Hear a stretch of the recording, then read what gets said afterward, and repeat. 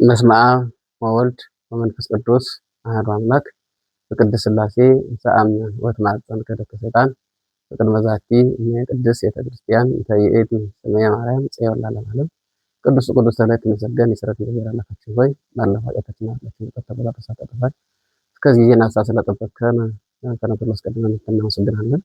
የተከበራችሁ የተወደዳችሁ ኦርቶዶክሳውያን እናቶች፣ አባቶች፣ እህቶች፣ ወንድሞች፣ ህፃናት እስከሞት ድረስ በወደድና በፈቀደን በቸር አምላካችን በኢየሱስ ክርስቶስ ፍጹም ሰላም እንደምን ዋላችሁ? እንደምን ሰነበታችሁ? እንደምን እስከ ሰዓት አደረሳችሁ? አሜን። እግዚአብሔር ይመስገን ብለን እናመሰግነው የፈቀደልን የአባቶቻችን እግዚአብሔር ስሙ ለዘላለም የተመሰገነ ይሁንልን። እንግዲህ ዛሬ የምናየው ስለ ጸሎተ ሐሙስ ነው። ጸሎተ ሐሙስ በሕማማት ሳምንታት ከሚገኙ ቀናት አንዱ ነው። ሰሙነ ሕማማት አጠቃላይ የሳምንቱ መጠሪያ ነው። ከዚያ መካከል ግን የየቀኖቹ የየራሳቸው በውስጡ የሚታሰቡ በዓላት ወይ ምክንያቶች አሉ፣ ድርጊቶች አሉ።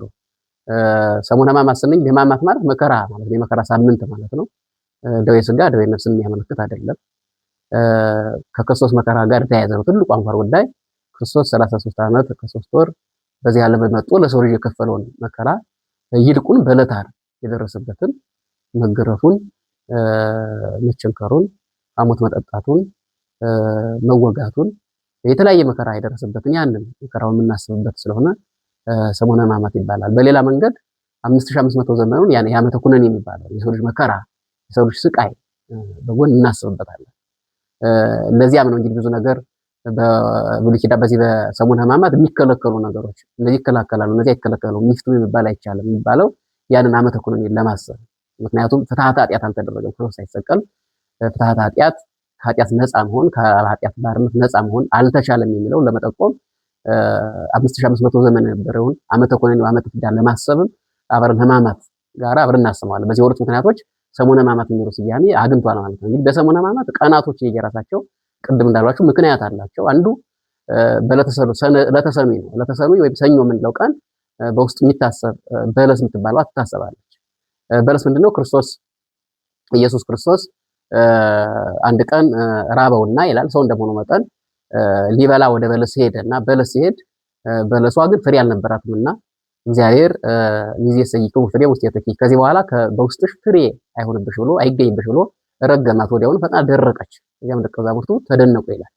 እንግዲህ በዚህ በለስ መድረክ ሁለት ነገሮች ማስተላለፍ ነው የፈለገው። አንደኛ በለስ የተባለች እስራኤል ናት። በለስ ዘይቤ ቤተ እስራኤል ሞንቱ በለስ ማለት እስራኤል ቤተ እስራኤል ናቸውና እንግዲህ ቅጠል ብቻ ሆኖ ነው ያገኛት። ያችን በለስ የፈለገ ፍሬ ነው፣ ግን ቅጠል ብቻ ሆኖ እንዳገኛት ቤተ እስራኤልም ትንቢት ብቻ ሱባዔ የተቆጠረላቸው ሱባዔ የተቆጠረላቸው ትንቢት ተነገረላቸው እንጂ በተነገረው ትንቢት አምነው ክርስቶስን አለማመናቸው ፍሬ አለማፍራታቸው ወደ አዲስ ኪዳን አለመምጣታቸውን ያመለክታል።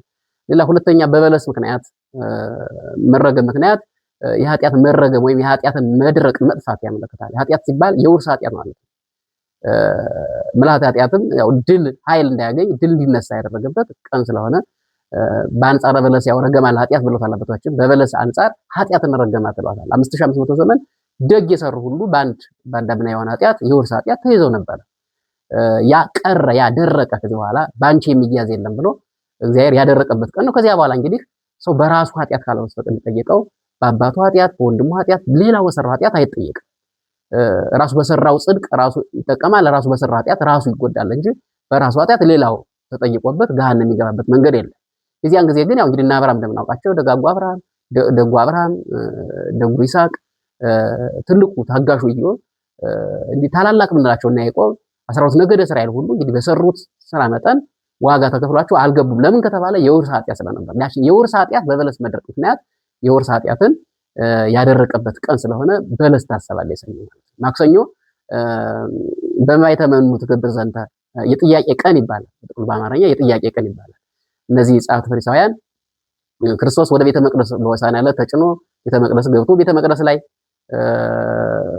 ቤተ መቅደስ ላይ ያለውን የፈሪሳውያንን መለዋወጫ የስጋዊ ፍላጎታቸውን ያጠፋበትና ቤተ መቅደስ የቀደሰበት ቀን ስለሆነ ከዚያ በኋላ ያንን ገበያውን ከፈታባቸው በኋላ የሚሸጡት የሚለዋወጡት ነገር ከበተነባቸው በኋላ ቀርበው የጠየቁት ጥያቄ ነበር። በማይተመኑ ትገብር ዘንተ አንተ አገር አትገዛ፣ አገር ገዝተህ የአገር ንጉሥ አይደለህ፣ የዓለም መሪ አይደለህ፣ በምን ስልጣን ነው ይህንን ያደረክ ብለው ጥያቄ ጠየቁበት ቀን ነው እና እግዚአብሔር የመለሰላቸው ምንድነው? የዮሐንስ ጥምቀት ወዴት ነው? ከሰማይ ነው ከምድር ነው ብሎ ጥያቄን በጥያቄ መልሶ ያሳፈረበት ቀን። ያንን ጥያቄ ለማስታወስ የጥያቄ ቀን ብለን ማክሰኞ እናከብራለን። ሮብ የምክረ አይሁድ ይባላል።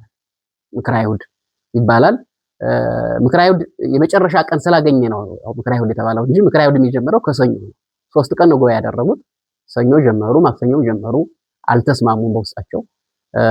ኋላ ማክሰኞ ግን ሁሉም አንድ ሆነው ክርስቶስ ይሙት ይሰቀል በቃ ብለው የስቅለት የመሞቱን ፍርድ የወሰኑበት ቀን ስለሆነ ምክረ አይሁድ ይባላል። ሮብ ይታሰባል ምክረ አይሁድ ተብሎ ማለት ነው። በነገራችን ላይ ሮብን የመጾማችን አንዱ ጾመ ድኅነት ይባላል። ጾመ ድኅነት የሚባለው ዓርብና ረቡዕ ናቸው። ሮብን የመጾማችን ምክንያት ዋናው ምንድነው? ውሳኔ ያገኘበት ቀን ነው። ክርስቶስ እንዲሞት፣ ክርስቶስ እንዲሰቀል፣ ክርስቶስ ሞቶ ዓለም እንዲድን በእግዚአብሔር ጥበብ፣ በእነሱ ግን ክርስቶስን ለመጉዳት ያደረጉበት ውሳኔ የሰጡበት ቀን ስለሆነ ምክረ አይሁድ ተብሎ ይታሰባል። ሌላ ሁለተኛ የምታሰብ ማርያም ኃጢአት ወይም ማርያም ተፍረት የምትባለው ሴትም ትታሰባለች። በዚህ ቀን ክርስቶስን የቀባችበት ለመቃብሩ ያዘጋጀችበት ቀን ስለሆነ አብሮ ይታሰባል። እንግዲህ ዛሬ ማየት የምንችለው ደግሞ ያው ጸሎተ ሐሙስ ነው። ጸሎተ ሐሙስ በአማርኛ ሲተረጎም የጸሎት ቀን ማለት ነው። የጸሎት ቀን ጸሎተ ሐሙስ እንዳለን ተርጉሞ ከተባለ ግን በሐሙስ የተጸለየ ጸሎት ወይም የሐሙስ ጸሎት ማለት ነው። ይሄ ሲባል እንግዲህ የሐሙስ ጸሎት ሲባል በዚህ በሐሙስ ሁለት አይነት ጸሎቶች አሉ። የመጀመሪያው ለሐዋርያት እግዚአብሔር አምላካችን ያስተማረው ትምህርት ነው። ጸሎተ ሐሙስ በነበረበት ሰዓት እግዚአብሔር ወደ ጌቴሴማኒ ወጣ፣ ወደ ጸሎት ጸለየ። ሲጸልይ ከቆየ በኋላ ተመልሶ ሲመጣ ደቀ መዛሙርቱን አስከትሎ ነው የወጣው። ደቀ መዛሙርቱ ተኝቶ ሲያገኛቸው ሰይጣን እንዳዣ ሊበትናችሁ ፈለገ፣ ስለዚህ ተግታችሁ ጸልዩ ብሎ ጸሎት ከመከራ መውጫ መንገድ እንደሆነ ያን ጸሎት ያስተማረበት ቀን ነው አንዱ ቀን። ሌላ ሁለተኛው ግን በሐዲስ ኪዳን መስዋዕቱን በሚለውጥበት ሰዓት የጸለየውን ጸሎትም ለማስታወስ ነው። በነገራችን ላይ ቅዳሴ የምንለው እንግዲህ ቅዳሴ የሚባለው ጸሎት ቅዱስ ሥጋው ቅዱስ ደሙን ከወይንነት ህብስቱን ከስንዴነት ወደ ሥጋ መለኮትነት ከወይንነት ወደ ደመ መለኮትነት ለመቀየር የሚጸለይ ጸሎት ነው። ሥርዓተ ቅዳሴ የሚባለው ጸሎታችን በቤተክርስቲያን እና ያ ጸሎት ራሱ የተጀመረው በዚህ ቀን ክርስቶስ ነው የጀመረው። ኋላ ግን ቅዳሴ ጊዜ ተብሎ ራሱ ሞልቶ ሰፍቶ ተጽፏል። የዚያን ጊዜ ግን እግዚአብሔር ህብስቱን አነሳ፣ ወደ ሰማይ አንጋጠጠ፣ ባረከ፣ ቆረሰ፣ ለወጠ፣ አቀጣጠነ፣ ከ13 አድርጎ ለደቀ መዛሙርቱ አዲስ ኪዳንን መስዋዕት የለወጠበት ያከበረበት ቀን ስለሆነ የጸሎት ቀን የሚለውን ስያሜ አግኝቷል ማለት ነው። እንግዲህ ጸሎተ ሐሙስ ብዙ ስያሜዎች አሉት። ሌላ ሁለተኛው የጸሎተ ሐሙስ ስያሜ ምንድነው ካለ የትህትና ቀን ይባላል። የትህትና ቀን ይሄ የክርስቶስን እግር ከማጠብ ጋር ተያይዞ የሚመጣ ነው። በዮሐንስ ወንጌል ምዕራፍ 13 ቁጥር 1 ብሎ ጀምሮ ከመጨረሻ ያለው ማንበብ ነው። ክርስቶስ ደቀ መዛሙርቱን ያው እንግዲህ መምህር ነው፣ አለቃ ነው። የደቀ መዛሙርቱን እግር ግን አጥቧል። ሲያጥብ አንደኛው ሊያስተምር የፈለገው ትህትናን ነው። ሊያስተምር የፈለገው ትህትናን ነው። ቅዱስ ጴጥሮስ እንዳለው አንተ መምህራችን ስለሆነ አለቃችን ሳለህ ለምን እኔን ታጥባለህ ሲለው ምንድነው ያለው? ከኔ ጋር ካልታጠብህ እኔ ካላጠብሁ ዕጣ ክፍል አይኖርም ብሎ ጥያቄ ካቀረበለት መልስ ከሰጠው በኋላ እንግዲያውስ ሙሉ ሰውነቴን እጠበኝ አለው። አጠበው ነው የሚልና ካጠባቸው በኋላ ምንድነው ያስተማራቸው? እኔ ለእናንተ መምህራችሁ ስሆን አለቃችሁ ስሆን የእናንተ ነገር ማጥብ ከሆነ እናንተ ደግሞ ለታናንሿችሁ ይህን አድርጉ ብሎ ትህትናን ያስተማረበት ቀን ስለሆነ የትህትና ቀን ይባላል። የትህትና ቀን ይባላል። ሌላው የሐዲስ ኪዳን ቀንም ይባላል። ይሄ ጸሎተ ሐሙስ የሐዲስ ኪዳን ቀን ለምን የሐዲስ ቀን ተባለ ከተባለ መስዋዕተ ኦሪት አልፎ መስዋዕተ ወንጌል የተተካበት ቀን ስለሆነ ማለት ነው።